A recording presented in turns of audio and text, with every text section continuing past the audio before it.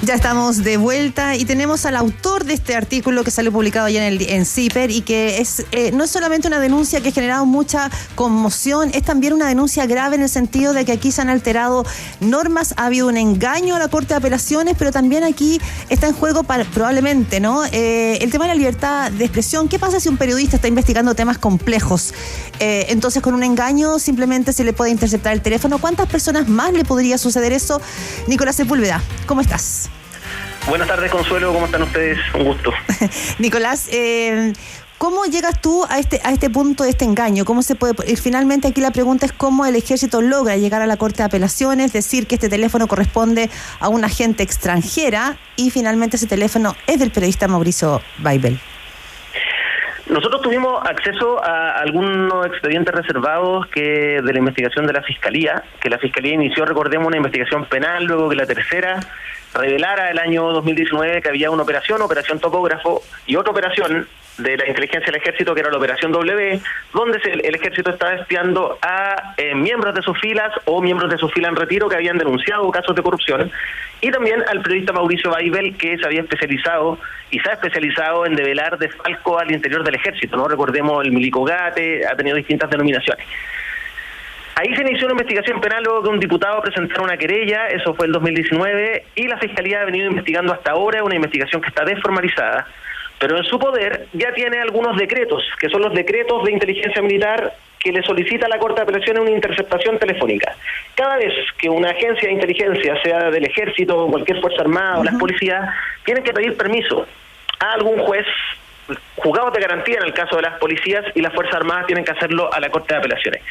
En esos decretos donde se pide la interceptación de un teléfono, en el caso del teléfono Mauricio Baibel, nosotros vimos y publicamos ese decreto, esa solicitud, se dice que es una agente extranjera que está en Santiago recolectando información estratégica del ejército, y por tanto le dicen al ministro Poblete de la Corte de Apelaciones: solicitamos intervenir el teléfono, el número de la línea de la compañía Movistar, etcétera, etcétera.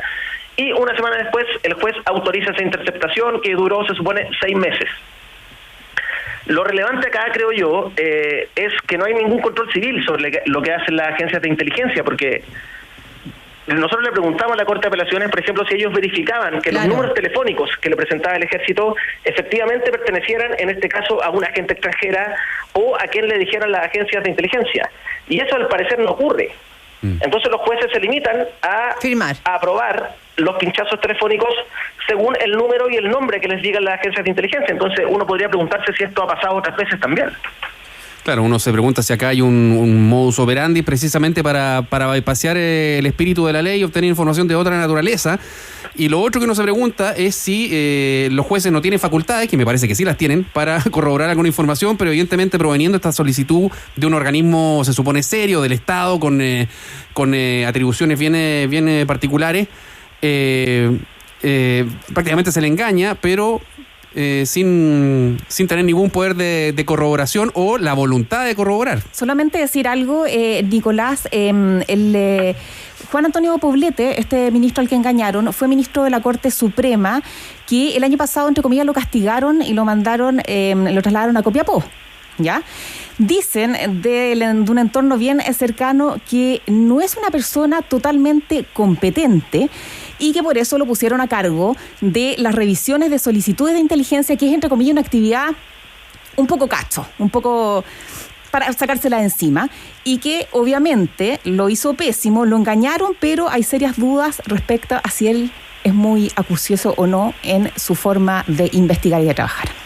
Bien delicado eso, Consuelo, porque ellos podrán verlo como una actividad cacho, como dices tú, pero si un juez autoriza la interceptación telefónica, no es solamente que escuchen y graben tus llamados, es que también tengan acceso a tus mensajes de texto, y también algo que se conoce poco, que es el sistema Vigía, que es un sistema que tienen todas las compañías telefónicas, donde tienen la información desde qué antena nos conectamos con nuestros celulares a la red.